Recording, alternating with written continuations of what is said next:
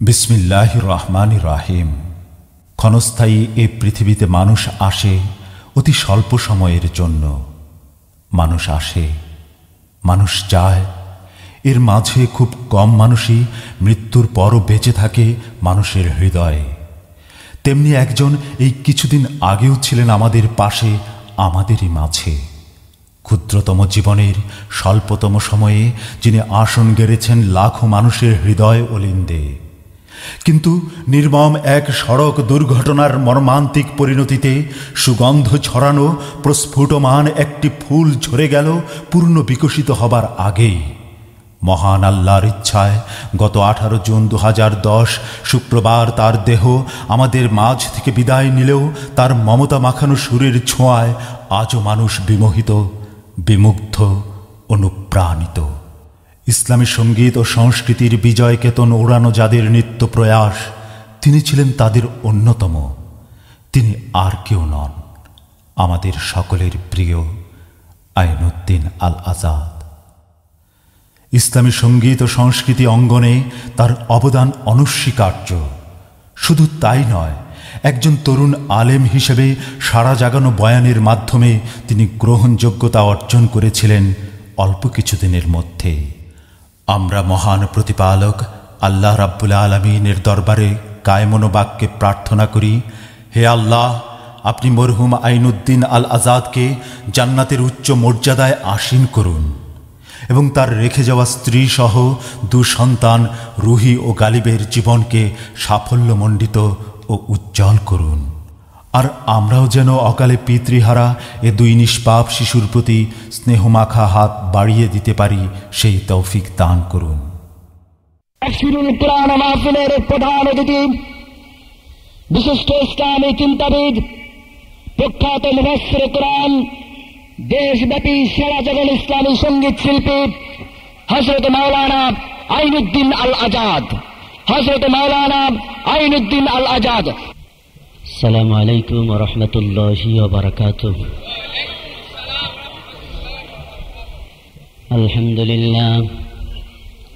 আলহামদুলিল্লাহ নাস্তাঈনুহু ওয়া নাস্তাগফিরুহু ওয়া নু'মিনু বিহি ওয়া নাতাওয়াক্কালু আলাইহি ওয়া নাউযু বিল্লাহি মিন শুরুরি আনফুসিনা ওয়া মিন সাইয়্যাতি আ'মালিনা। من يهد الله فلا مضل له ومن يضلله فلا هادي له ونشهد أن لا إله إلا الله وحده لا شريك له ونشهد أن محمدا عبده ورسوله أرسله بالحق بشيرا ونذيرا وداعيا إلى الله بإذنه وسراجا منيرا.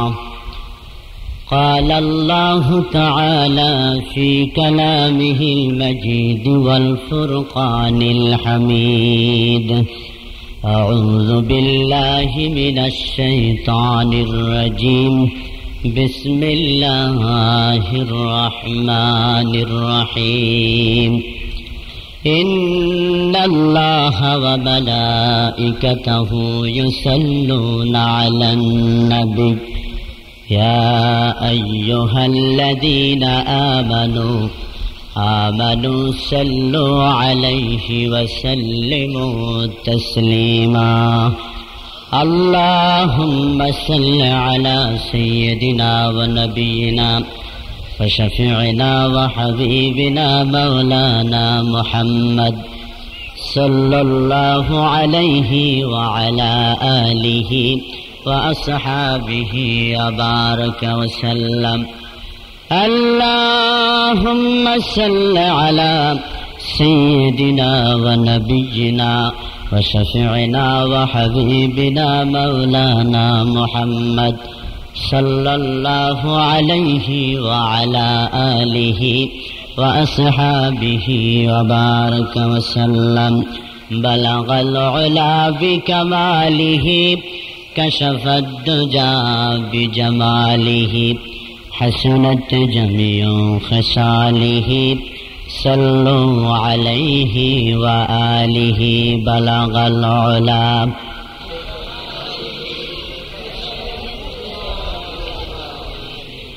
حسنت جميع خصاله صلوا عليه وآله اے آبِ رود گنگا او دن ہو یاد تجھ کو اے آبِ رود گنگا او دن ہو یاد تجھ کو اترا تیرے کنارے جب کروا ہمارا بلغ العلا بکمالہ کشف الدجا بجمالہ حسنت جمیع خصالہ صلوا علیہ وآلہ যাদের ভয়ে নত হয়ে থাকত সকল বেঈমান সেই বীরেরা কইরে তোরা কোথায় গেল সেই ঈমান বালাগাল উলা বিকামালিহি কাশাফাদ দুজা বিজামালিহি হাসানাত জামিউ খিসালিহি সাল্লু আলাইহি ওয়া আলিহি বারে বারে জ্বালাও বাতি হয়তো বাতি জ্বলবে না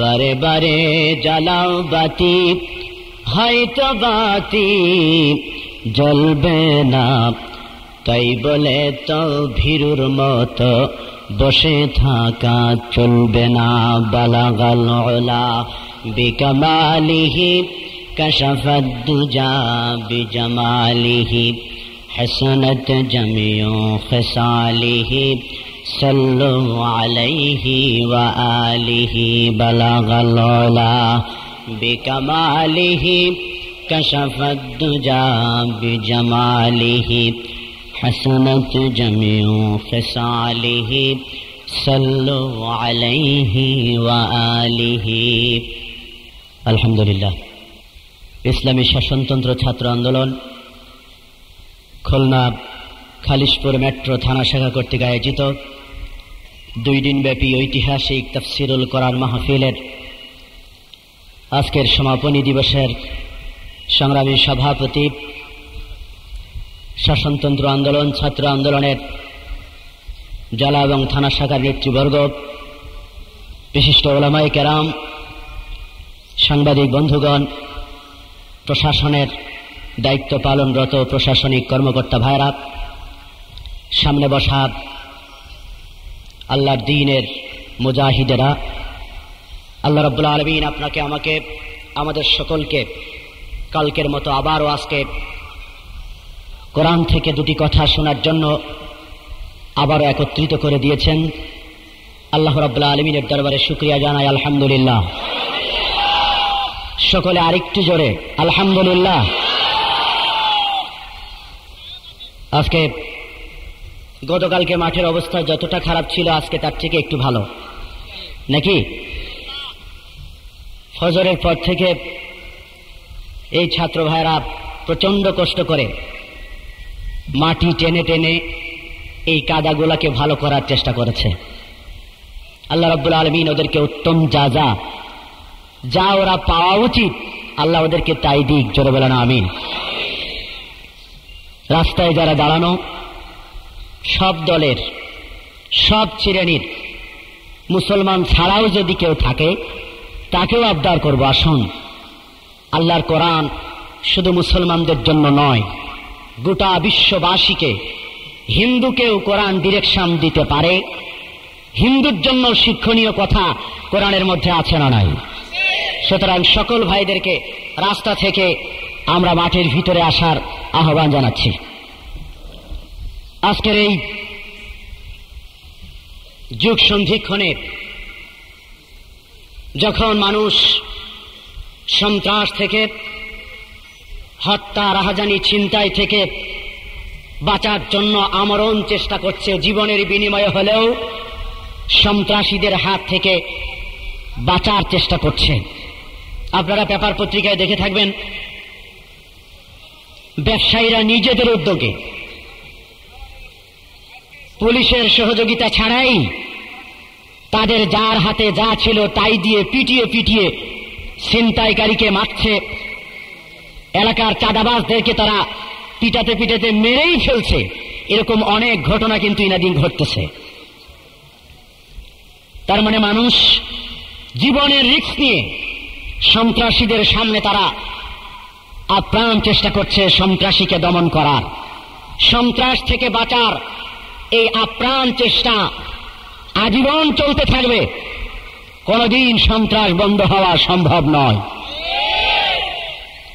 যারা দেশকে সমৃদ্ধির চরম শিখরে নিতে চান, উন্নতি প্রগতির চরম শিখরে যারা দেশকে পৌঁছাতে চান, যারা সন্ত্রাস থেকে বাঁচতে চান, ছিনতাই, সুদ, ঘুষ, দুঃশাসন থেকে, বোমা হামলা থেকে, অতর্কিত হামলা থেকে, নির্যাতন থেকে যারা বাঁচতে চান, তাদের কাছে আজকের এই সমাপনী দিবসে আমি আবদার করব, আসুন, সমৃদ্ধির পথ হলো কোরআনের পথ, উন্নতি আর প্রগতির পথ হলো কোরআনের পথ।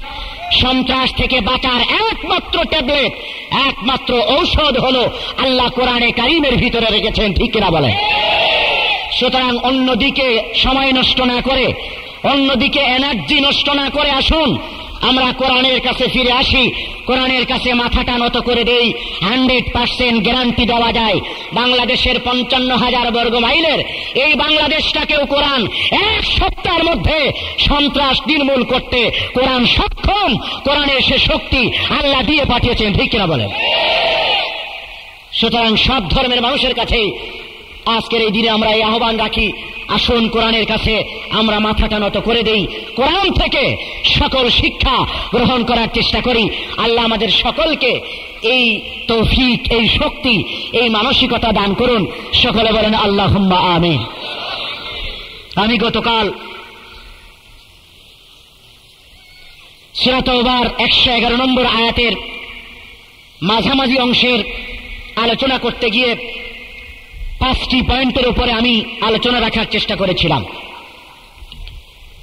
ইতিমধ্যেই 3টি পয়েন্ট আমরা গতকাল শেষ করেছি।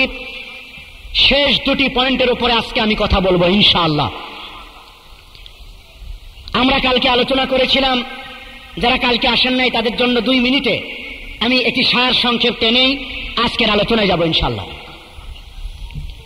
অনেকেই মনে করেন জিহাদের প্রয়োজন নাই। আমি কালকে আলোচনা করার মাধ্যম দিয়ে চেষ্টা করেছিলাম জিহাদের প্রয়োজন আছে এই কথা বোঝানোর। আপনারা জবাব দেন, প্রয়োজন আছে না নাই? শুধু প্রয়োজন না, এই মুহূর্তে সারা বিশ্বের এই প্রেক্ষাপটে জিহাদ ছাড়া অন্য কিছুই চিন্তা করা সম্ভব নয়। যদি পরিবর্তনের চিন্তা করতে হয়, যদি একটা কিছু পাল্টানোর চিন্তা করতে হয়, তাহলে জিহাদের বিকল্প আর কোনো পথ খোলা নাই। সাথে সাথে আরেকটি বিষয়ের উপর আলোচনা করেছিলাম, জিহাদের এখনো সময় হয় নাই। আমি এক্সাম্পল দিয়েছিলাম, আজকে ফিলিস্তিনের মা বোনেরা কাঁদছে, আজকে আফগানিস্তানের মা বোনেরা ইজ্জত হারিয়ে হাহাকার করছে, আজকে ইরাকের লক্ষ লক্ষ মা বোন ইজ্জত হারিয়ে তারা আল্লাহর দরবারে ফরিয়াদ করছে, রব্বানা আখরিজনা মিন হাযিহিল ক্বরিয়াতিদ যালিমি আহলুহা। এই প্রেক্ষাপটে আমি বলেছিলাম যে জিহাদের সময় এখনই মক্ষম সময়, দেরি করার মতো কোনো সময় আমাদের হাতে নাই। আজকে আমি যে বিষয়টির উপর আলোচনা করতে চাই, অনেকেই খুব ভীত, এত সকালে জিহাদের ময়দানে যেতে চায় না। চিন্তা করে মাত্র ইন্টারমিডিয়েট পাশ করলাম, এখনই যদি জিহাদের ময়দানে যায়, জীবনে কত বড় স্বপ্ন, অনার্স পড়বো, মাস্টার্স কমপ্লিট করব, ভালো একটা শিক্ষিত যুবক হিসাবে সমাজের বুকে মাথা উঁচু করে দাঁড়াবো। কেউ চিন্তা করে মাত্র মেয়েটি বড় হয়েছে, এখনো বিয়ে দিতে পারি নাই, সংসারটা গোছাতে পারি নাই, এখনই জিহাদের ময়দানে যে জীবনটা দিয়ে দেব, এই চিন্তা অনেকেই করে না। আমার কাছে মনে হয় যেন মরা না মরার ব্যাপারটা উনাদের নিজের হাতে। কথা বোঝেন নাই? অনেক যুবক মারা যাচ্ছে না, অনেক যুবক, অনেক বাচ্চাও মারা যাচ্ছে না। সুতরাং মরা না মরার ব্যাপারটা আপনার হাতে নয়, আল্লাহ রাব্বুল আলামিনের হাতে। সুতরাং এই চিন্তা যারা করে একটাও বুদ্ধিমান নয়। এরা বোকা দি গ্রেট, যারা এই চিন্তা করে, মৃত্যুর চিন্তা যারা এইভাবে করে যে এখনো তো অনেক সময় বাকি আছে, এত সকালে মরা যাবে না। হ্যাঁ, যারা বুদ্ধিমান তাদের জন্য আল্লাহ রাব্বুল আলামিন আরো 1550 বছর আগে বুদ্ধিমানদের কানে কানে সংবাদ দিয়েছে, বান্দারা, হে বিশ্বের মানুষেরা, শুনে রাখো, জীবন যার আছে মৃত্যু তার হবে। একদিন যে পৃথিবীর মুখ দেখেছে, একদিন তাকে এই পৃথিবীর জমিন ছেড়ে বিদায় গ্রহণ করতে হবে। আল্লাহ রাব্বুল আলামিন বলেন, আইনামা তাকুনু ইদরুকুকুমুল মাউত, বান্দা যেখানেই তুমি থাকো, যেখানেই তুমি পালাও, যেভাবেই তুমি থাকো, একদিন তোমাকে মৃত্যুর দুয়ারে পা বাড়াতে হবে। মৃত্যুর স্বাদ থেকে তুমি কোনোদিন অন্য কোথাও পালিয়ে যেতে পারবে না। মৃত্যু থেকে যতই পালাও, মৃত্যু তোমাকে লইবে ঘিরে। যদিও তুমি আকাশ পানে পালাও সেটা লাগিয়ে সিঁড়ি, মৃত্যু একদিন আপনাকে আমাকে ছবল দিয়ে ধরবে, এটা তো নিশ্চিত, এটা তো সত্য। সেদিনটা কবে জানা আছে কারো? কোন বুদ্ধিমান, কোন জ্যোতিষবিদ, পৃথিবীর অনেক বিজ্ঞানীরা আল্লাহর কোরআনের অনেক আয়াতকে অস্বীকার করেছে এবং আল্লাহর কোরআনের এই থিওরির বিপরীতে তারা থিওরি দেওয়ার চেষ্টা করেছে। অনেক আয়াতের অনেক বিষয়কে তারা অস্বীকার করে তার অপোজিটে আরেকটা যুক্তি সেট করার চেষ্টা করেছে। পারবে, অস্বীকার করবে, কিন্তু একটি আয়াতকে আজ পর্যন্ত কেউ অস্বীকার করতে পারে নাই। সেটা হলো মৃত্যু যার, মানে যৌবন জীবন যার হয়েছে, মৃত্যু তার একদিন হবে। এই কথা, এই আয়াত আজ পর্যন্ত কেউ অস্বীকার করতে। সুতরাং মৃত্যু আমার আপনার আসবে, এটা নিশ্চিত। কোন একটা রেকর্ডও বাংলাদেশে নাই, একটা রেকর্ডও সারা বিশ্বে নাই যে একটা মানুষ ফেরাউনের জামানায় জন্মগ্রহণ করেছিল, ঘটনাক্রমে লোকটা আজও মরে নাই, বেঁচে আছে। জানা মতে আছে আপনাদের? পেপার পত্রিকায়, রেডিও টেলিভিশনে কোনোদিন আমরা শুনি নাই। কিন্তু মরছে মানুষ, অস্বাভাবিকভাবে মরার কথা ছিল না, যুক্তিতে মেলে না, তারপরেও মরছে। এরকম ঘটনা হাজার হাজার, লক্ষ লক্ষ আছে না নাই? বন্ধুরা আমার, যারা মৃত্যুকে ভয় করে, আমি আগেই বলেছি তারা বোকা। আপনি যদি গ্রিলের মধ্যে, লৌহ প্রাচীরের মধ্যে আপনি যদি পালিয়ে থাকার চেষ্টা করেন, লুকিয়ে থাকার চেষ্টা করেন, তারপরেও নির্দিষ্ট দিনে আপনাকে ইন্তেকাল করতে হবে। নির্দিষ্ট একটি দিনে আজরাইল আপনাকে দুনিয়ার বুক থেকে বিদায় করে দিবে। আর যদি পুলিশের সামনে গিয়া বেশি বেশি মিছিল করেন, বেশি বেশি লাফালাফিও যদি করেন, তারপরেও একদিন, এক সেকেন্ড আগে মরার মতো কোনো সম্ভাবনা নাই। যেমনি ভাবে ঘরের ভিতরে থাকলেও 2 দিন বেশি বাঁচার সম্ভাবনা নেই, তেমনি ভাবে আপনি যদি বেশি জিহাদের ময়দানে গিয়া লাফালাফি করেন, গুলির সামনে যদি বুকটা পেতে দেন, তারপরেও জেনে রাখবেন একদিন আগে, 1 মিনিট আগেও আপনার মরার কোনো সম্ভাবনা নাই। মৃত্যু নির্দিষ্ট সময় আসবে, এই কথাটা আগে বুঝে রাখা দরকার। যদি এই কথা বুঝে আসে, তাহলে কেউ আর মৃত্যুর ভয় করবে না। কারণ মৃত্যুর ভয় করার, এই চিন্তা করার তো আমার দরকার নাই, এটা তো আমার বিষয়ই না। মৃত্যুর চিন্তা কি আমার? কখন মরবো সে চিন্তা আমার নয়, যে কোনো মুহূর্তে মরতে পারি। সুতরাং ভয় করার কোনো কারণ আছে? ভয় করার কোনো কারণ নেই। হ্যাঁ, আমার পৃথিবীর যত মাস্তান, পৃথিবীর যত শক্তিশালী মানুষ, তাদেরকেও মরতে হয়েছে। এবং যারা কোরআনুল কারীমের সাথে, দ্বীনের সাথে, নবীদের সাথে, আলেম ওলামাদের সাথে যারা গাদ্দারি করেছে, আল্লাহর সাথে যারা নাফরমানি করেছে, আল্লাহ রাব্বুল আলামিন তাদের মৃত্যুটা অপমানজনক ভাবে করেছেন।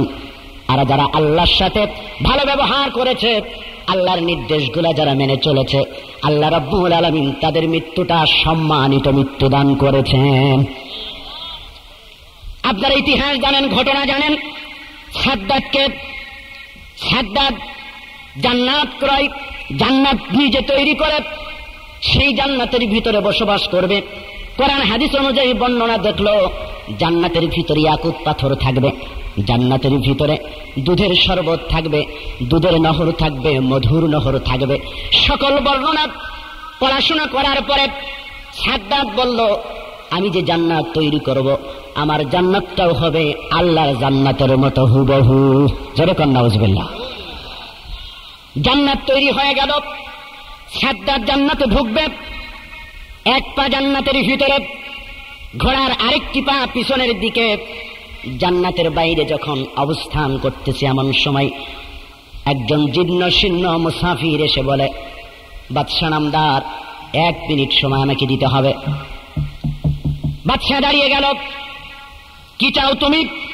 আজকে ভিক্ষা দেওয়ার সময় নয়, আজকে আমার সারা জীবনের সাধনা, আজকে তার চূড়ান্ত ফলাফল অর্জন হতে যাচ্ছে। আজকে আমার জান্নাতের উদ্বোধনী দিবস, আজকে আমি জান্নাতকে উদ্বোধন করতে যাই, আজকে ডিস্টার্ব করো না।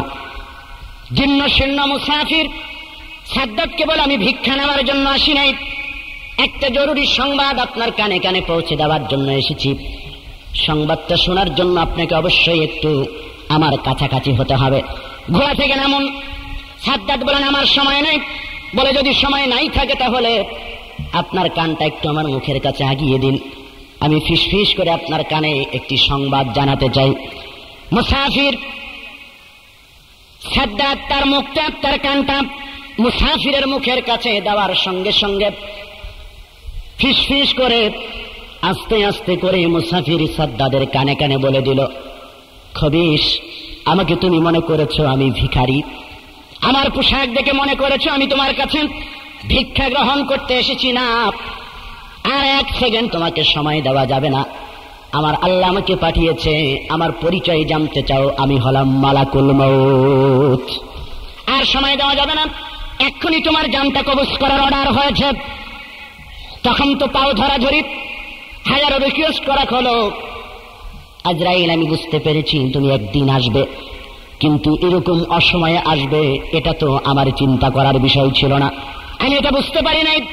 1 মিনিট আমাকে জোড়হাত করে মাত্র আমাকে সময় দেওয়া হোক, আমার স্বপ্নের জান্নাত একটি বার আমি ঘুরে দেখব কেমন তৈরি করেছে আমার মিস্ত্রিরা, ইঞ্জিনিয়ারেরা। 1 মিনিট সময় আমাকে দেওয়া হোক, তোমার আল্লাহর কাছে বলো আমাকে যেন একটু সময় দেওয়া হয়। আজরাইল বলে, এটা এমন একটা বিষয়, মৃত্যু এমন একটা বিষয়, পৃথিবীর কোন মানুষ সকলে মিলে যদি অ্যাপ্লিকেশন করে, পৃথিবীর সকল মানুষ যদি দরখাস্ত আল্লাহর দরবারে পাঠায়া দেয়, অমুক ব্যক্তির হায়াতটা 1 সেকেন্ড বাড়ায়া দেওয়া হোক, এটা এমন একটা জিনিস কোনোদিন কমেও না, কোনোদিন সেটা বাড়ানোও যায় না। সুতরাং তোমাকে সময় দেওয়া গেল না। সাদ্দাতের চেয়ে বড় মাস্তান বাংলাদেশে কয়জন? খালিশপুরে কয়জন? সারা বিশ্বে কয়জন? কিছু কিছু মানুষ মনে করে সাদ্দাতের চাইও এখন দাপটে আছে মিস্টার বুশ, নাকি? মিস্টার বুশ এত বড় মাস্তান, কিছুদিন আগে আপনারা পেপারে দেখেছেন, হোয়াইট হাউসের সামনে শীতের রোদ আসতেছে, উনি একটা ছোট্ট চেয়ারে বসা বাতাস খাইতেছেন, এমনি এমনি চেয়ার থেকে পড়ে গেছেন। কয়েক মিনিট তিনি জ্ঞান হারা ছিলেন। ডাক্তাররা চিকিৎসা করে, পরীক্ষা নিরীক্ষা করে কোনো রোগ পায় নাই। শেষ পর্যন্ত তারা ধারণা করেছে যে হয়তো বা মারাত্মক কোনো টেনশন, মারাত্মক কোনো ভীতিকর চিন্তা বুশকে আক্রমণ করেছিল। বুঝতেই পারছেন মারাত্মক ভীতিকর চিন্তা কি হতে পারে। হয়তো ওই সময় সে ভাবছিল, মনে হয় যেন এখনই আমার চারিদিকে ওসামা বিন লাদেনরা মনে হয় ঘেরাও করে নিল। এই বড় মাস্তান সে। এখন নির্বাচনের সাথে নির্বাচনে বিজয় অর্জন করার জন্য সে জাতির কাছে ক্ষমা চায়, আমি ইরাকে হামলা করে ভুল করেছিলাম। ক্ষমা কি এত সহজ? ক্ষমা এত সহজ নয়। যা হোক, যত বড় মাস্তানি হোক, যত বড় শক্তিশালী মানুষ হোক, মৃত্যুর স্বাদ একদিন গ্রহণ করতে হবে। সুতরাং মুসলমানদের কাছে জানতে চায়, যারা এখন ওই চিন্তা করো যে এত সকালে মরার ইচ্ছা নাই, জিহাদের ময়দানে যাইতে চাও না, লড়াইয়ের ময়দানে যাইতে চাও না, শাহাদাতের অমীয় শোধা পান করার জন্য ভিতরটা ছটফট করে না, এইগুলার ব্যাপারে আমার যথেষ্ট সন্দেহ যে যারা মৃত্যুকে বিশ্বাস করে কিনা। মুসলমানেরা তো মৃত্যুকে অস্বীকার করে না, করে? জন্ম মৃত্যু এটা আল্লাহর হাতে, এটা অস্বীকার করলে মুসলমান থাকা যায়? বন্ধুরা আমার, আর একটু ক্লিয়ার হওয়ার জন্য, পৃথিবীর সমস্ত ডাক্তার যদি শুধু প্রাচীর বেষ্টিত নয়, পৃথিবীর সকল ডাক্তারগুলা যদি আপনাকে বেষ্টন করে থাকে, বাংলাদেশের ঘুষ খাওয়া ডাক্তার নয়, পৃথিবীর নোবেল পুরস্কার প্রাপ্ত ডাক্তারগুলা যদি আপনার চারিপাশে বসা থাকে, আর অত্যাধুনিক সকল চিকিৎসার সরঞ্জামাদি যদি রেডি থাকে, এমন অবস্থায় আমার আল্লাহ যদি চান সকল ডাক্তারের সামনে থেকে আপনার রুহটা, আপনার জীবনটা নিয়ে যাওয়া হবে, আমার আল্লাহ রাব্বুল আলামিন সেটা পারবে না? পারবে না? পক্ষান্তরে একটি পিস্তলের নাল এই কানের মধ্যে, আরেকটি রিভলভারের নাল এই কানের মধ্যে, পিছনের দিকে একটা AK-47 রাইফেল ধরা, সামনের দিকে একটা মেশিন গান বুকের ওপরে ধরা। আপনি জানেন ট্যাগারে টিপ দেওয়ার সঙ্গে সঙ্গে আপনার বুকটা ঝাঁঝরা হয়ে যাবে, আপনার মস্তিষ্ক ঘিলুগুলা ছিন্ন বিচ্ছিন্ন হয়ে যাবে। আপনার এই ধারণা আছে, আপনি জানেন, আপনি নিশ্চিত। আর অস্ত্রের ট্যাগার গোড়া ওই সমস্ত মানুষের হাতের নিচেই, আঙ্গুলের নিচেই, যে মানুষগুলা আপনার লাশ পাইলে ওরা বড় খুশি হয়, আপনাকে খুন করতে পারলে ওরা বড় খুশি হয়ে যায়। এরকম শত্রুর হাতে যদি অস্ত্রগুলার ট্যাগার থাকে, এরপরেও যদি আমার মাওলা চাই, আমার আল্লাহ যদি চাই, সকল অস্ত্রের সামনে থেকে আমার মুজাহিদ বান্দাকে, আমার নগণ্য বান্দাকে আরো 1 মিনিট আমি বাঁচায় রাখবো। মুসলমানেরা জবাব দেন, আমার আল্লাহ এরপরেও আরো 1 মিনিট আমাকে বাঁচায় রাখতে পারবে না? পারবে না? 1 মিনিট পারবে? 1 ঘন্টা, 1 দিন, যুগ যুগ ধরেও সকল অস্ত্রের সামনে থেকে আমার আল্লাহ আমাকে বাঁচায় রাখতে পারে কি পারে না? আরো জোরে বলেন, পারে না? পারে না? 100% ক্ষমতা আল্লাহর আছে সকল অস্ত্রের সামনে থেকেও আমাকে বাঁচায় রাখা। সুতরাং কোন লজ্জায় আস্তে কথা বলে মুসলমানেরা সেটা আমার বিশ্বাস করতে, হিসাব করতে, চিন্তা করতে খুবই কষ্ট হয়। মুসলমানরা কেন আস্তে কথা বলবে? মুসলমানরা কাকে ভয় করবে? তার জীবনের মালিক তো আল্লাহ। সুতরাং ওখান থেকে ফায়সালা হওয়ার আগে পৃথিবীর কোন মায়ের সন্তান নাই যে আমাকে হত্যা করতে পারে, আমার জীবন কেড়ে নিতে পারে। ওখান থেকে ফায়সালা হওয়ার পরেই কেবল সম্ভব, তার আগে তো পারবে না। সুতরাং আমি আস্তে কথা বলবো কেন?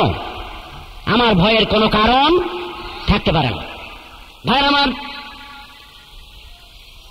আইনামা তাকুনু ইউদরিকুকুমুল মাউত, যে কোনো সময় মৃত্যু আসতে পারে। এই আয়াতের তাফসিরে বিশ্ববিখ্যাত মুফাসসির হাফেজ ইবনে কাসির রাহমাতুল্লাহি আলাইহি উনি বলেন, উনি আয়াতের তাফসিরে একটি ঘটনা পেশ করেছেন। মানুষ কিভাবে মরে, কেন মরে, কিভাবে মরে, ইচ্ছা যদি আপনার নাও থাকে তারপরও আপনাকে মরতে হবে সেটা প্রমাণ করার জন্য বনী ইসরায়েলের একজন মহিলা রাতের অন্ধকারে একটি সন্তান, কন্যা সন্তান প্রসব করল। আলোর কোনো ব্যবস্থা ছিল না, আগুনের কোনো ব্যবস্থা মহিলার ঘরের মধ্যে ছিল না। মহিলা তার ভৃত্যকে ডেকে বলল, তাড়াতাড়ি করে একটু আগুনের ব্যবস্থা করো, একটু আলো জ্বালানোর ব্যবস্থা করো। ভৃত্য দৌড় দিল। ঘর থেকে বের হওয়ার সময় দরজার মাঝে দেখলো একজন লোক দাঁড়ানো। সে জিজ্ঞেস করলো, ভৃত্য, মহিলার কি সন্তান হয়েছে তুমি কি জানো? বলে, হ্যাঁ, কন্যা সন্তান প্রসব করেছে মহিলা। বলে, এই কন্যা সন্তান যদি সত্যই কন্যা সন্তান প্রসব করে থাকে তাহলে জেনে রাখবা এই কন্যা সন্তান 100 পুরুষের সাথে জেনা করবে। যুবকের মাথাটা ঘুরে গেল, তাহলে তো এই পাপিষ্ঠকে বাঁচিয়ে রাখা যাবে না। দৌড়ে আবার ঘরে ঢুকলো, একটি ছুরি হাতে নিয়ে। ছোট্ট কন্যা সন্তান মাত্র 3-4 মিনিট হলো জন্মগ্রহণ করেছে। কন্যা সন্তানের পেটে আঘাত করে, ছুরিকে আঘাত করে উনি পালিয়ে গেল। চিন্তা করলো সন্তানটি মারা যাবে। অনেক দিন পর পালিয়ে সে জঙ্গলের দিকে চলে গেল, সাগরের দিকে চলে গেল, শহর থেকে দূরে কোথাও চলে গেল। অন্য জায়গায় যে কাজকাম করতে করতে এক পর্যায়ে ওই যুবক, ওই ভৃত্য, ওই চাকর অনেক ধন সম্পদের মালিক হয়ে গেল। মনের মধ্যে বাসনা জাগলো, সংসার করবে, বিবাহ করবে, সুন্দর জীবন যাপন করবে, আর তো পালিয়ে থাকা যাবে না। এখন যদি আমি শহরের বুকে উঠি, আমার তো কেউ চিনতেও পারবে না। শহরে আসলো, এসে একজন বৃদ্ধা মহিলার কাছে বিয়ের প্রস্তাব দিল যে তুমি কি জানো, সুন্দরী একটি মেয়ে চাই আমি, যার চেয়ে সুন্দরী এই নগরীতে আর কেউ থাকবে না। এমন একটি রূপসী সুন্দরী মেয়ে চাই আমি, যাকে বিয়ে করব। আমার তো টাকার অভাব নাই, সম্পদের অভাব নাই। বৃদ্ধা মহিলা তাকে পরামর্শ দিল, এই নামে এই ঠিকানায় একজন মেয়ে মানুষ আছে, একটি যুবতী আছে এই অঞ্চলের মধ্যে, নগরীর মধ্যে সে সবচেয়ে রূপসী সুন্দরী। যুবক তার কাছে চলে গেল। সংক্ষেপে বলি, অনেক চেষ্টার পরে ওই রূপসী যুবতীকে বিয়ে করল। স্ত্রীর কাছে বলতে কোনো দ্বিধা নাই। যুবক বলতেছে, আমি আসলে ছিলাম একজন চাকর, একটি ভৃত্য। আমার জীবনে বিশাল একটি ঘটনা ঘটে গেছে। বনী ইসরাঈলের একজন মহিলা কন্যা সন্তান জন্মগ্রহণ করেছিল। আমি সেই কন্যা সন্তানের পেটে ছুরি বসিয়ে আমি রাতের অন্ধকারে পালিয়ে গিয়েছিলাম। ঘটনা বলার পরে তার স্ত্রী বলতেছে, স্বামী আমার, মনে যদি কিছু না করো, যে মেয়েটিকে তুমি ছুরির আঘাত করেছিলে সেই মেয়েটি হলাম আমি, সেই কন্যা সন্তান হলো তোমার স্ত্রী। পেটের দাগ দেখালো, বিশ্বাস করে নিল স্বামী। তারপরে বলে, যদি এ কথা সত্যই হয়ে থাকে তাহলে তোমার জন্য আরেকটি সত্য কথা আছে, আরেকটি ভবিষ্যৎবাণী তোমার পক্ষ থেকে আছে। সেটা হলো, তুমি যদি সেই কন্যা সন্তান হয়ে থাকো তাহলে তোমার মৃত্যু হবে সামান্য একটা মাকড়াসার কাছে। কার কাছে? মাকড়াসার হাতে তোমার মৃত্যু হবে। তাহলে কি করা যায়? স্ত্রীর মহব্বতে স্ত্রীকে বাঁচানোর জন্য বিশাল একটি প্রাসাদ রচনা করলো। ওই ভিত্ত প্রাসাদের মধ্যে স্ত্রীকে রাখবে, শত শত দাসী বান্দি রাখা হলো, কোথাও যেন মাকড়াসা না আসতে পারে, কোথাও যেন মাকড়াসার জাল বিস্তার করতে না পারে। এরপরে হঠাৎ করে রাত্রে একদিন শুয়ে আছে, দেখা যায় একটি জন্তু ছাদের উপরে ঘুরে বেড়ায়। স্ত্রী বলে, স্বামী তুমি একদিন বলেছিলে মাকড়াসার হাতে আমার জীবন যাবে, ওই যে জন্তুটা দেখতেছি এটা কি সেই মাকড়াসা? স্বামীও তাকিয়ে দেখে বলে, হ্যাঁ এটাই সেই মাকড়াসা যেটার ভবিষ্যৎবাণী আগেই তোমাকে আমি করেছিলাম। চট করে মহিলা লাফ দিয়ে উঠে আস্তে করে ছাদ থেকে মাকড়াসাটাকে ফেলে দিল। দেওয়ার পরে রাগে এবং ক্ষোভে, ওর হাতে আমার জীবন যাবে, রাগে এবং ক্ষোভে পিছে পিছে ওই মাকড়াসাটাকে মেরে ফেলল।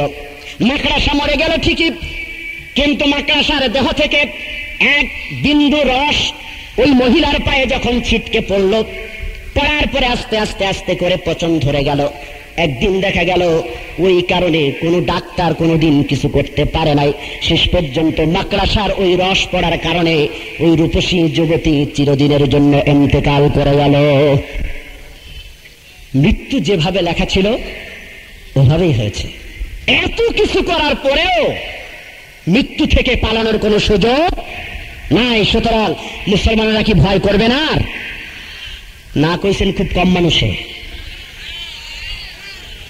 মৃত্যুর ভয় প্রত্যেকেরই আছে, কিন্তু যেই মৃত্যুর একদিকে থাকবে আল্লাহর দিন, আরেক দিকে থাকবে জীবন, এই জীবনের 4 পয়সার মূল্য কোন মোমেন দিতে জানে না। ঠিক কিনা করে বলেন? একদিকে আল্লাহ, আল্লাহর দিন, আল্লাহর আদর্শ, রাসূলের আদর্শ, আর একদিকে হলো মৃত্যু। এই মৃত্যুকে মুসলমানরা এক চুলও ভয় করে না। এটাই মুসলমানের ঈমান হওয়া উচিত। কিন্তু আজকে অতীব দুঃখের বিষয়, আমরা মৃত্যুর ভয়ে ঘরের কোণে পালানোর চেষ্টা করছি, নিজে বাঁচার চেষ্টা করছি। কিন্তু জেনে রাখবেন, ইরাকেও এরকম অনেক সুফি দরবেশ বুজুর্গ ছিল। যখন হামলা শুরু হবে তখন সুফি দরবেশ কে জিহাদ করেছে আর কে করে নাই তার ঘর বেছে গুছে কোনোদিন বোমার হামলা কিন্তু হবে না। হামলা হলে 1 সপ্তাহ হবে, আল্লাহর গজব আসলে 1 সপ্তাহ আসবে, কাউকে রেহাই দেওয়া হবে না। কারণ এ ব্যাপারেও কিতাবে এসেছে যে আল্লাহ ওই লোকটা তো জিহাদ করতো, তারপরেও কেন তার ঘরটা মিসমার করা হবে, তার উপরে কেন গজবের এই অংশ পৌঁছাবে? তখন আল্লাহর পক্ষ থেকে জবাব আসবে যে কারণ হলো অন্যায় কাজ চলেছিল, কিন্তু ওই বুজুর্গ সে অন্যায়ের ব্যাপারে কথা বলে নাই, বাধা দেয় নাই। সুতরাং ওই অন্যায়ের কারণের গজবে ওই একই হিসাব কিতাব অনুযায়ী তাকেও হিসাব কিতাব করা হবে, তাকেও গজবে ফেলা হবে। হ্যাঁ, আমার মৃত্যুর ভয় করা যাবে না। অনেকে চিন্তা করেন হুজুর সারা বিশ্বের পরাশক্তিগুলো অত্যন্ত শক্তিশালী, আমরা তাদের সাথে জিহাদ করে পারি না, যার বিরুদ্ধে অন্যায়ের বিরুদ্ধে কথা বলতে পারি না, আমাদের শক্তি কম, আমাদের শক্তি কম। এই চিন্তা করে অনেকেই আমরা আবার মনে করি আল্লাহর মদদ, আল্লাহর মদদ তো আগে এসেছিল, সাহাবায়ে কেরামের জামানায় এসেছিল, এখন মনে হয় আল্লাহর পক্ষ থেকে আর মদদ আসবে না। আসবে? জোরে বলেন আসবে। আল্লাহ রাব্বুল আলামিন বলেন আল্লাযীনা জাহাদু ফিনা লানাহদিয়ান্নাহুম সুবুলানা।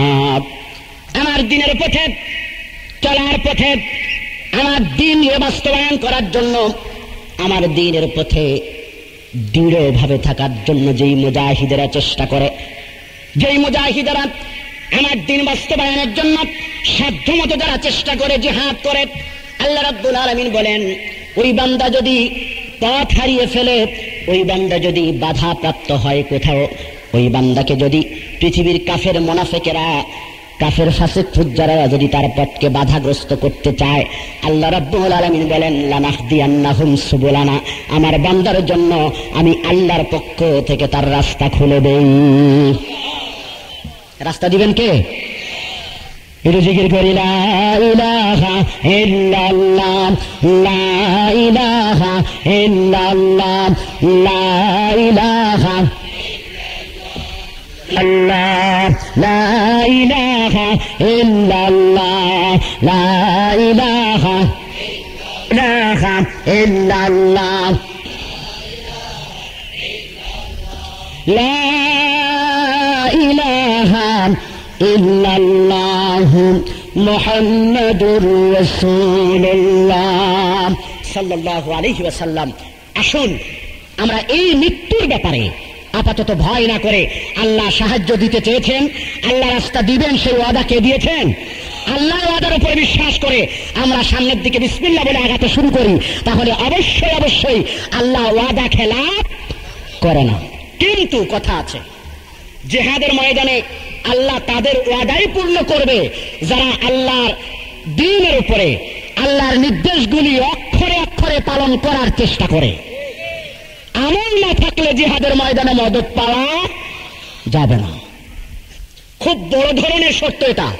মুজাহিদদেরকে সবচেয়ে বেশি আমল করতে হবে, মুজাহিদদেরকে সবচেয়ে বেশি নফল ইবাদত করতে হবে, মুজাহিদদেরকে বেশি তাহাজ্জুদ পড়তে হবে, মুজাহিদদেরকে বেশি জিকির করতে হবে, মুজাহিদদেরকে বেশি তেলাওয়াত করতে হবে, মুজাহিদদেরকে বেশি রোজা রাখতে হবে, মুজাহিদরা আল্লাহর সন্তুষ্টি সবচেয়ে বেশি অর্জন করতে হবে। কারণ মুজাহিদরা বেশি বাধার সম্মুখীন হবে, ওদের বেশি মদদ প্রয়োজন, সুতরাং ওদেরকে বেশি ইবাদত বন্দেগী করতে হবে। ইবাদত বন্দেগী ছাড়া, আল্লাহ সন্তুষ্টি অর্জন করা ছাড়া, রুহানিয়াত অর্জন করা ছাড়া জিহাদ জিহাদ বলে কিয়ামত পর্যন্ত চিল্লাইলেও এই জিহাদ কাজে লাগবে না, সফলতার মুখ কোনো দিন দেখবে না। আজকে যেই হোক কে সেটা আমি বলছি না, যেই হোক ছাত্র আন্দোলনের কোন ছেলেও যদি এবং আমার মতো কোন মুফাসসিরে কোরআন যদি এইভাবে লম্বা গলায় কথা বলে জিহাদের কথা, অথচ তাকে দেখলে সালাম দেব না, নমস্কার করব, এটা টের পাওয়া যায় না, এটা আসলে মুজাহিদ নয়, এটা প্রতারণা, প্রহসন ছাড়া অন্য কিচ্ছু নয়। কারণ হলো অসন্তুষ্ট হবেন না আমার উপরে, এই বডিটা একটা রাষ্ট্র, এই বডিটা একটা রাষ্ট্র যেটার পরিচালনা, যেটার প্রেসিডেন্ট আপনি নিজে। আপনাকে আল্লাহ দায়িত্ব দিয়েছে বডিটা চালানোর, আপনাকে মুখে দাঁড়িয়ে রাখলে কেউ নিষেধ করে না, এটা আপনার ব্যাপার। আপনার চুলটা ছোট করে রাখলে, মাথায় পাগড়ি পেঁচালে কেউ নিষেধ করে না। আপনি নিয়মিত জামাতে নামাজ পড়লে কেউ নিষেধ করে না। আপনি তেলাওয়াত করলে, জিকির করলে কেউ আপনাকে বাধা দেয় না। বিনা বাধায় আপনি দাড়িটা রাখতে পারেন না, বিনা বাধা, যেখানে বাধা নাই সেখানে আপনি পাগড়িটা পড়তে পারেন না। আল্লাহ রাসূলের আইন, আল্লাহর আইন আপনার বডির উপরে, এই রাষ্ট্রের উপরে বিনা বাধায় আপনি কায়েম করতে পারেন নাই। আর গুলির মুখে, কামানের মুখে আপনি রাষ্ট্রে আল্লাহর আইন কায়েম করবেন, এটা মিথ্যা কথা, এটা বিশ্বাস করার যোগ্য নয়। কারণ হলো এটা প্রমাণ করবে সেই দিন যেদিন আপনার ভিতরে টোটাল বডি এই নামক এই রাষ্ট্রের ভিতরে যখন ইসলামী আইন কানুন যখন কায়েম হবে, তখন আপনার দ্বারা রাষ্ট্র ইসলাম কায়েম করার স্বপ্ন দেখা যায়, তার আগে নয়।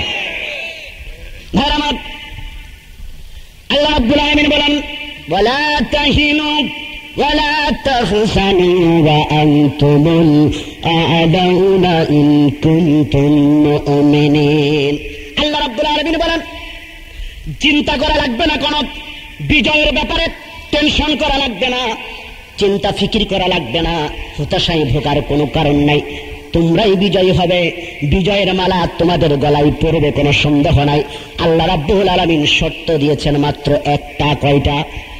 একটা শর্ত দিয়েছেন। আল্লাহ এমন কথা কোথাও বলেন নাই, যদি তোমরা বিজয় অর্জন করতে হয় তাহলে তোমাদেরকে বেশি ভোটের মালিক হতে হবে, তোমাদেরকে বেশি টাকার মালিক হতে হবে, তোমাদেরকে বেশি অস্ত্রের মালিক হতে হবে, বেশি ট্রেনিং জানা থাকতে হবে, এরকম কোন শর্ত আল্লাহ রাব্বুল আলামিন কোরআনে পাকে হাদিসে কোথাও দেন নাই। আল্লাহ রাব্বুল আলামিন শর্ত দিয়েছেন, এটা বান্দা তোমরাই বিজয়ী হবে, তোমাদের বিজয় পৃথিবীর কোন শক্তি ঠেকায়া রাখতে পারবে না, থামায়া দিতে পারবে না। ইন কুনতুম মুমিনিন, যদি তোমরা মুমিন হতে পারো। মুমিনের অর্থ হলো, আমি এক কথায় বুঝাই আপনাদের সামনে, সেটা হলো মুমিন এমন ধরনের মুমিন, বান্দা এবং আল্লাহর সম্পর্ক এমন থাকতে হবে, বিপদে পড়ে মুসিবতে পড়ে ময়দানে গিয়ে বান্দা হাত তুললে যেন আল্লাহ ফিরায়ে দিতে লজ্জা পায়, আল্লাহ যেন মদদ দিতে বাধ্য হওয়া, কথাটা বলা ঠিক নয়, কিন্তু এমন এক পজিশন তৈরি করা মাওলার সাথে যেন আল্লাহর কাছে চাইলেই আল্লাহ দিতে কি হয়ে যায়, রাজি হয়ে যায়। এই পরিস্থিতি বান্দা এবং মাওলার ভিতরে থাকা উচিত, তবেই কেবল জিহাদের ময়দানে বিজয়টা 100% সম্ভব।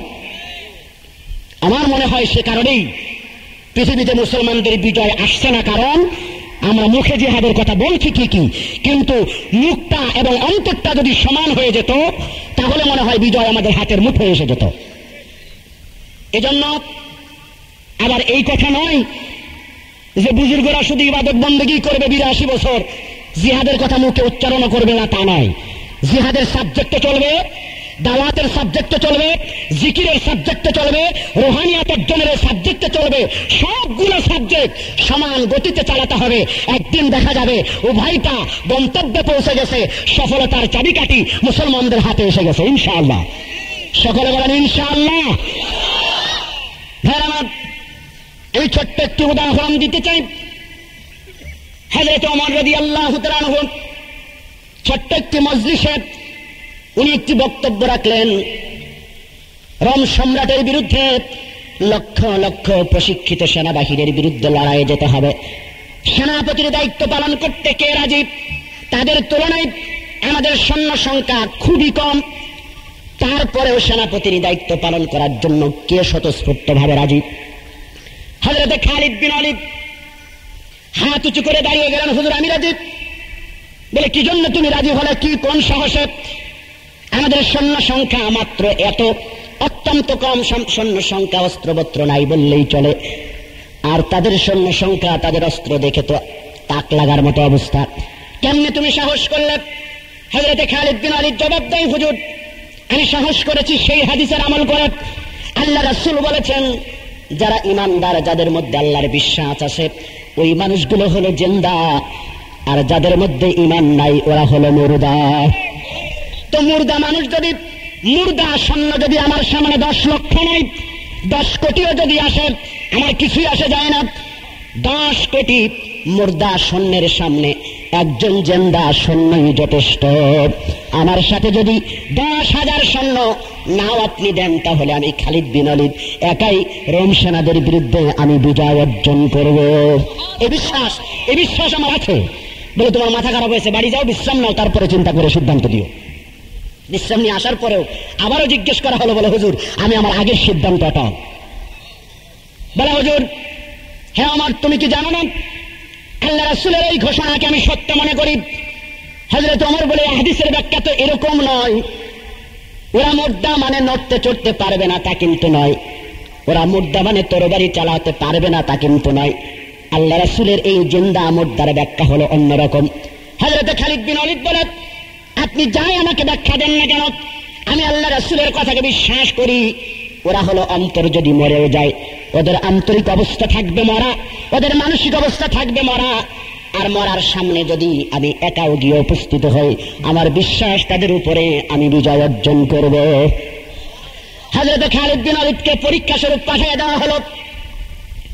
উনি বললেন, আমার সাথে একজন মানুষ দিতে হবে। সে একজন হলো তাবু পাহারা দেবে, আমাকে রান্না বান্না করে খাওয়াবে। একজন বাবুর্চি আমার সাথে দিতে হবে, একজন খাদেম আমার সাথে দিতে হবে। একজন খাদেম দেওয়া হলো। হযরত খালিদ বিন ওয়ালিদ রাদিয়াল্লাহু তাআলা আনহু জিহাদের ময়দানে রওনা দিলেন। রাতের অন্ধকারে তাবু গেড়ে গভীর রজনীতে তাহাজ্জুদের নামাজ আদায় করে মাবুদের দরবারে দুটি হাত তুলে বলে, আল্লাহ, তুমি তো দেখছো লক্ষ লক্ষ সেনাবাহিনী, আর তোমার গোলাম একজন। আমি ওদের সামনে শুধু মোকাবেলা করার জন্য আসি নাই, আমি বিজয় অর্জন করার জন্য এসেছি। অনেকক্ষণ ধরে অনুনয় বিনয় করে আল্লাহর দরবারে কান্নাকাটি করলেন। আল্লাহর পক্ষ থেকে কোনো সাড়া শব্দ এলো না। মলিন মুখে ফজরের নামাজের সময় হয়ে গেল। সকালবেলা কাফের সেনাদের সাথে মুখোমুখি সংঘর্ষে লিপ্ত হতে হবে। হযরতে খালিদ বিন ওয়ালিদের মনটা অত্যন্ত খারাপ। আল্লাহর পক্ষ থেকে কোনো সাড়া শব্দ এলো না। শেষ পর্যন্ত মলিন মুখে খাদেমকে বলে গেল, আমি যখন তরবারি নিয়ে জিহাদের ময়দানে নামব, আমি বলবো যখন নারায়ে তাকবীর, তাবুর ভিতর থেকে তুমি শুধু এই দায়িত্বটা পালন করবে, তুমি বলবে আল্লাহু আকবার। এই শব্দ তুমি উচ্চারণ করার পরে আমি জিহাদের ময়দানে নেমে যাব। এই সিদ্ধান্ত যখন খালিদ বিন ওয়ালিদ রাদিয়াল্লাহু তাআলা আনহু নিলেন, আল্লাহর আরশ তখন থরথর করে কাঁপতেছে। আল্লাহ রাব্বুল আলামিন বলেন, ফেরেশতারা, আমি আর পরীক্ষা করতে পারছি না, যথেষ্ট পরীক্ষা হয়েছে। আমি খালিদের মনোবল কত সেটা পরীক্ষা করার চেষ্টা করতেছিলাম। যাও। আবার খালিদ যখন নারে তাকবীর ধ্বনি উচ্চারণ করবে, তখন তোমরা লক্ষ লক্ষ ফেরেশতা সমস্বরে বজ্র কণ্ঠে বলবে আল্লাহু আকবার।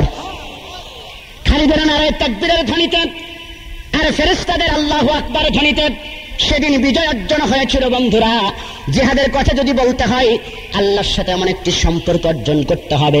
অনেক জিহাদ, আল্লাহর নবীর জীবনের যতগুলি জিহাদ সংগঠিত হয়েছে, সাহাবায়ে কেরামের জিন্দেগিতে যত জিহাদ সংগঠিত হয়েছে, একটি জিহাদও জনবলের কারণে হয় নাই, একটি বিজয় অস্ত্র বলের কারণে হয় নাই। সবকটি বিজয় হয়েছে ঈমানী শক্তির বলে। কিসের বলে হয়েছে? অধিকাংশ বিজয় ঈমানী শক্তির বলে হয়েছে। এবং সমস্ত জায়গায় দেখা যাবে যে মুসলমানদের চেয়ে ওদের সৈন্য সংখ্যা ছিল কয়েক গুণ বেশি। তাহলে পৃথিবীর যুদ্ধের নিয়মে বোঝা যায় মুসলমানদেরকে নাস্তানাবুদ হওয়ার কথা ছিল, একেবারে ভেনিশ হয়ে যাওয়ার কথা ছিল। কিন্তু সেটা কি মুসলমানরা হয়েছে? হয় নাই, বরং বিজয় অর্জন করেছে। তার একমাত্র কারণ ছিল ঈমানী শক্তি। আর ঈমানী শক্তির সাথে সাথে বীরের বেশে সামনে আগাতে হবে। একেবারে আশিদ্দাউ আলাল কুফফার রুহামাউ বাইনাহুম, এই দুইটা গুণই যদি মুমিনের ভিতরে এসে যায়, তখন বিজয় অনিবার্য। যেরকম আল্লাহুম্মা আমিন। ভাইরা আমার, আমি ভয় করা যাবে না সেই কথা বলছিলাম। আল্লাহ রাব্বুল আলামিন আশ্বাস দিয়েছেন, আপনাকে আমাকে সহযোগিতা করবে, মদদ দান করবে, সাহায্য দিবে, অনুগ্রহ দেখাবে। আল্লাহ ওয়াদা করেছেন। সাথে সাথে বিশাল একটি নিয়ামত মুসলমানদের সামনে আল্লাহ রাব্বুল আলামিন রেখেছেন। যে নিয়ামতের জন্য মুসলমানরা পাগল করা থাকতো, সমস্ত সাহাবায়ে কেরাম রাদিয়াল্লাহু তাআলা আনহুম আজমাইন, তারা পাগল হয়ে যেত। শহীদ হওয়ার জন্য তারা মাতোয়ারা হয়ে যেত। ভাই আমার, শহীদের কথা বললে, আজকে শহীদ শব্দটা নিয়ে যে অজাগা কুজাগায় শহীদ শব্দকে ব্যবহার করা হয়, বলতেও লজ্জা লাগে। শহীদ রতন সেন, নাউজুবিল্লাহ কর না কেন? এটা একটা শহীদ যেন একটা রাজনৈতিক ভাষা হয়ে গেছে। যার তার নামের আগে সারা জীবন আকাম কুকাম করে, আবারও আকাম কুকাম করতে গিয়ে মারা গেল, তার নামের আগে শহীদ লাগায়া রাজনীতির ফায়দা লুটতে চায়। শহীদ এত ছোট্ট শব্দ নয়, এত অমর্যাদাপূর্ণ শব্দ নয়। আশা করব রাজনীতিবিদ ভাইরা, আশা করব এই শহীদ শব্দ নিয়ে এভাবে রাজনীতির খেলা খেলবেন না। শহীদ শব্দের এই অপমান করার কারণে হয়তোবা যার নামের আগে লাগাবেন তার কিছু বেশি শাস্তিও হতে পারে। ভাইরা আমার, দিনের পথে দেশের স্বার্থে যে মানুষগুলো জীবন দিয়ে দেয়, যারা রক্ত ঢেলে দেয়, হাসি মুখে যারা মৃত্যুকে শাহাদাতকে যারা আলিঙ্গন করে নেয়, আল্লাহ রাব্বুল আলামিন বলেন ওরা আসলে মরে না। ওয়ালা তাকুলু লিমান ইউকতালু ফি সাবিলিল্লাহি আমওয়াত বাল আহইয়াউ ওয়ালাকিন লা তাশউরুন।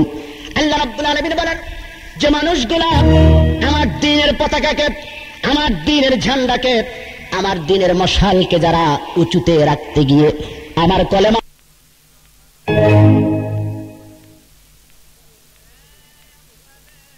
যাবেন, তার কিছু বেশি শাস্তিও হতে পারে। আর আমার দ্বীনের পথে দেশের স্বার্থে যে মানুষগুলো জীবন দিয়ে দেয়, যারা রক্ত ঢেলে দেয়, হাসি মুখে যারা মৃত্যুকে শাহাদাতকে যারা আলিঙ্গন করে নেয়, আল্লাহ রাব্বুল আলামিন বলেন ওরা আসলে মরে না।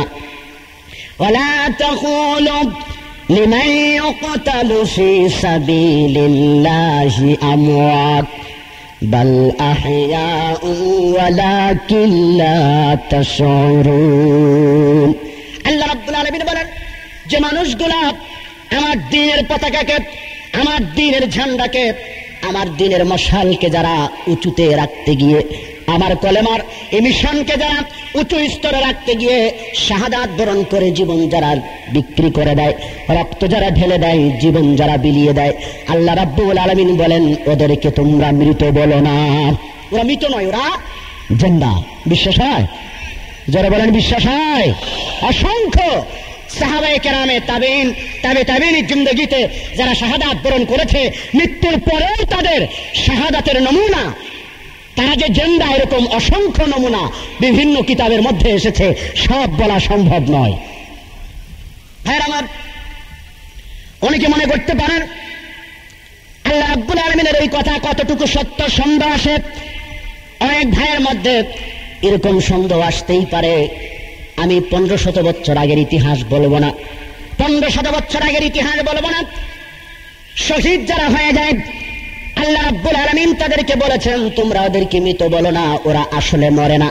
আল্লাহ রাব্বুল আলামিনের কাছে ওরা হলো জিন্দা, কিন্তু আসলে তোমরা সেটা বুঝতে পারো না। বুঝার ক্ষমতা নাই আমাদের, তাই আমরা বুঝি না। বেশি দিন আগের কথা নয়, মাত্র কয়েক বছর হয়ে গেল আফগানিস্তানের ময়দানে রাশিয়ার সাথে যখন আফগানিস্তানের মুসলমানদের যুদ্ধ চলতেছিল, যখন তালেবানের জন্ম হয় নাই, মুসলমানরা, মাদ্রাসার ছাত্ররা, আলেম ওলামারা যখন লড়াই করতেছিল রাশিয়ার সাথে, এই লড়াই চলা অবস্থায় পাকিস্তানের একটা যুবক, তুমুল লড়াই চলতেছে, এই অবস্থায় প্রত্যেকটি দেশে মসজিদে মসজিদে মিছিল চলতেছে, তালেবানদের ব্যাপারে আফগানিস্তানের পক্ষে বক্তব্য চলতেছে। বাংলাদেশেও চলছিল, পাকিস্তানেও তেমনি সীমান্তবর্তী একটি মসজিদের খুতবায় খতিব সাহেব অত্যন্ত ঝাঁঝালো কণ্ঠে মাজলুমদের পক্ষে আর জালিমদের বিপক্ষে লড়াই করার ফজিলত বর্ণনা করলেন। শহীদের ফজিলত বর্ণনা করার পরে এক বাপের এক সন্তান যুবক মনে মনে সিদ্ধান্ত গ্রহণ করলো, আমার তো অনেক কিছু আছে, আমার কিছুই হারানোর নাই, সুতরাং আমি আজকে নিয়ত করে ফেললাম আফগানিস্তানের মা বোনদের বাঁচানোর জন্য আমি আজকে লড়াইয়ের ময়দানে যাব। আব্বার কাছে অনুমতি চাইল, আব্বা আমি তো তোমার সন্তান, তুমি কি চাও না কাল কিয়ামতের ময়দানে শহীদের আব্বা হয়ে তুমি বুক ফুলিয়ে মাথা উঁচু করে আল্লাহর দরবারে দাঁড়াবে, তুমি কি চাও না এটা? বলে বাবা আমি তো চাই, কিন্তু একটি মাত্র সন্তান, তুই আবার আমার বিশাল সম্পদকে দেখবে, কে আমাকে জানাজা করবে, কে আমাকে, এই আমরা দুজন বুড়া বুড়ি আমাদের খেদমত কে করবে? সেজন্য হাজারো ফজিলত থাকার পরেও তোকে আমি জিহাদের ময়দানে যাওয়ার জন্য অনুমতি দিতে পারলাম না। মায়ের গলা জড়িয়ে ধরে কান্নাকাটি করলো, মা অনুমতি দিল না। দ্বিতীয় জমা আসলো, আবারও যখন খতিব সাহেব আরো জোরালো কণ্ঠে জিহাদের বয়ান যখন করলেন, শহীদের ফজিলত যখন বর্ণনা করলেন, যুবক ঠিক থাকতে পারল না। যুবকের অবস্থা যেন ক্রমেই খারাপ হয়ে আসতেছে। বাপ চিন্তা করল সন্তানকে আর বাড়িতে রাখা যাবে না, আজকে অবশ্যই সে পালিয়ে চলে যাবে। নিজের সন্তানের হাতটা ধরল, জমাত থেকে বের হওয়ার পরে হাত ধরে বাড়িতে নিয়ে যে দুই পায়ে শিকল দিয়ে বেঁধে ফেললো। জিহাদের ময়দানে যেন যেতে না পারে। যুবক বুক ফাটা চিৎকার করে হাউমাউ করে কাঁদতে লাগলো, তোমরা আমাকে ঠেকায় রাখতে পারবে না, আমি তো দেখতেছি জান্নাতের সুঘ্রাণ আমি পাইতেছি, সুতরাং তাড়াতাড়ি করে আমার শিকলটা তোমরা খুলে দাও। শিশুর মতো হাউমাউ করে কাঁদতেছিল, কিন্তু শিকলটা খোলা হয় নাই। 3 দিন গত হয়ে গেল, 3.5 দিন গত হয়ে চলতেছে। 3 দিনের মধ্যে খানা পানি কিচ্ছু যুবক খাইল না, মুখটা শুকায় গেছে। মা কাঁদতেছে, বাবা এই যে ভাতের প্লেট তোর সামনে এনেছি, 1 লুকমা ভাত যদি তুই খাতিস তাহলে আমি মার কলিজাটা ঠান্ডা হয়ে যেত। মা অনুনয় বিনয় করে খাওয়াতে পারে না, বলে মা তুমি যদি আমাকে শিকলটা যদি খুলে দিতে পারো, আমি ওয়াদা দিলাম তোমার হাতে অবশ্যই আমি ভাত খাবো, তো কোনো সন্দেহ নাই। মা চিন্তা করলো শিকলটা খোলার পরে আবার আমি বেঁধে ফেলবো, ও যখন ভাত খাওয়া শেষ করবে আবার আমি শিকলটা বেঁধে ফেলবো, এই নিয়ত করে মাত্র কেবল শিকলে যখন হাত দিয়েছে, আল্লাহর জান্নাতের মেহমানের নজর ভাতের প্লেটের দিকে নয়, তার নজর হলো মা শিকল খোলে কিভাবে। শিকলের গিট খোলার সাথে সাথে 1 লাফ দিয়ে মায়ের হাত থেকে শিকলটা ছুটে আফগানিস্তানের দিকে রওনা দিয়েছে। আফগানিস্তানে যাওয়ার পরে যেই তাঁবুটাতে সে অবস্থান করছে, যাওয়ার পরে জিজ্ঞেস করে, আমি তো অনেক আগে একদিন ঠিকানা নিয়ে গিয়েছিলাম, আমি জিহাদের ময়দানে যাওয়ার জন্য এসেছি, আমাকে অনুমতি দাও। তাঁবুর মধ্যে একজন মানুষ ছিল, তাকে এই কথাটা বলার পরে উনি বলে, জিহাদের কাফেলা তো অনেক আগেই রওনা হয়ে গেছে, কেউ এখানে নাই, তুমি অপেক্ষা করো, আবার যখন দ্বিতীয় কাফেলা তৈরি হবে তখন তোমার নামটা আমরা মুজাহিদের খাতায় লিখে নিব। যখন পাইল না তখন বলে, আমার ধৈর্য কুলায় না, আমাকে তাড়াতাড়ি করে একটু অনুমতিটা দিয়ে দাও, কোন দিকে জিহাদের কাফেলা গেল আমি সেদিকে খুঁজে নিব, এবং আমি জিহাদের ময়দানে তাড়াতাড়ি অংশগ্রহণ করতে চাই। ভিতরটা ছটফট করতেছে, দৌড়াতে দৌড়াতে ঠিকই সে দেখো পাহাড়ের গুহায় তুমুল বেগে অস্ত্রের শব্দ আসতেছে, গুলিগালাজের শব্দ আসতেছে। উনি চলে গেলেন, যে চিনে ফেললেন কারা মুসলমান আর কারা কাফের। মুসলমানদের পক্ষে হয়ে হাতে কোনো কিছুই ছিল না, কমান্ডারের সাথে যোগাযোগ নাই, কোনো যোগাযোগ ছাড়াই পাথর নিক্ষেপ করে করে যখন যুদ্ধ করতেছিল, তখন এক পর্যায়ে গিয়া তার এই ঘাড়ের এখানে কিতাবে এসেছে, এখানে একটা গুলি লাগলো। সাংবাদিকরা লিখেছে, এই গুলিটা এখানে লাগার পরে আস্তে করে পাহাড়ের গর্তের মধ্যে কাঠ হয়ে যুবক পড়ে গেল, চিরদিনের মতো আল্লাহর ডাকে সাড়া দিয়ে দিল। এই ঘটনা ঘটে যাওয়ার পরে 1 সপ্তাহ অতিবাহিত হল, মুজাহিদ কমান্ডারের কাছে কোনো খবর নাই, আসলেই কেউ মারা গেছে কিনা। যারা যারা মারা গেছে লিস্ট অনুযায়ী, তালিকা অনুযায়ী তারা দেখলো কজন সৈন্য নিয়ে আমরা এসেছিলাম, কজনকে হারালাম, কিন্তু ওর নাম তো কমান্ডারের তালিকার মধ্যে ছিল না। পরে থাকলো 1 সপ্তাহ। এদিকে আব্বাকে স্বপ্ন দেখায়, আব্বা একটি মাত্র সন্তান তোমার, আমি কি অপরাধ তোমার কাছে আমি করেছি? 7 দিন পর্যন্ত পাহাড়ের গুহার মধ্যে রক্তমাখা শরীর দিয়ে আমি পড়ে থাকলাম, কই কেউ তো তোমরা একটু খবর নিলে না, কেউ আমার জানাজার ব্যবস্থা করলে না, কেউ আমার দাফনের পর্যন্ত ব্যবস্থা করলে না, কি অপরাধ তোমাদের কাছে আমি করেছি? 3 দিন পর পর এই স্বপ্ন মা এবং বাবাকে দেখানো হলো। আব্বা পাগল হয়ে গেল, সন্তান অবশ্যই তাহলে মারা গেছে। দৌড়াতে দৌড়াতে ঠিকানা নিয়ে সেই তাঁবুর কাছে যাওয়ার পরে জিজ্ঞেস করলো, এই চেহারার এই অবয়বের কোন যুবক তোমরা কোনোদিন জিহাদের ময়দানে যেতে দেখেছ কিনা? শেষ পর্যন্ত কেউ বলতে পারে না, কোন নাম তার লিস্টে নাই, তালিকার মধ্যে নয়।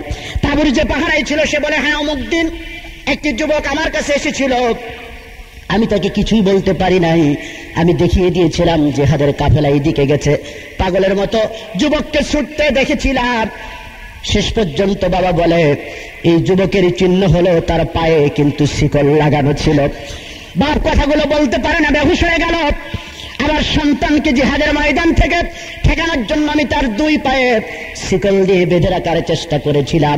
সত্যি সত্যি খুঁজতে খুঁজতে পাহাড়ের গুহাটাকে তন্ন তন্ন করে খোঁজার পরে দেখা গেল ওই জিহাদের ওই মুজাহিদের লাশ পাহাড়ের গুহার মধ্যে পড়া। সাংবাদিকেরা লিখেছে, সাক্ষাৎকার পর্যন্ত ছাপিয়ে দিয়েছে, যেই ব্যক্তি যেই মুজাহিদ ওই যুবকের লাশ প্রথম স্পর্শ করেছিল সে বলতেছে, আমি যখন। সুপ্রিয় শ্রোতা, অ্যালবামটির ব্যবস্থাপনায় ছিলেন মোস্তফা কামাল, ধারা বর্ণনায় ছিলাম আমি শাহ ইফতেখার তারিক, প্রযোজনা ও পরিবেশনা করেছে প্রত্যয় প্রোডাক্টস, পুরানা পল্টন, ঢাকা।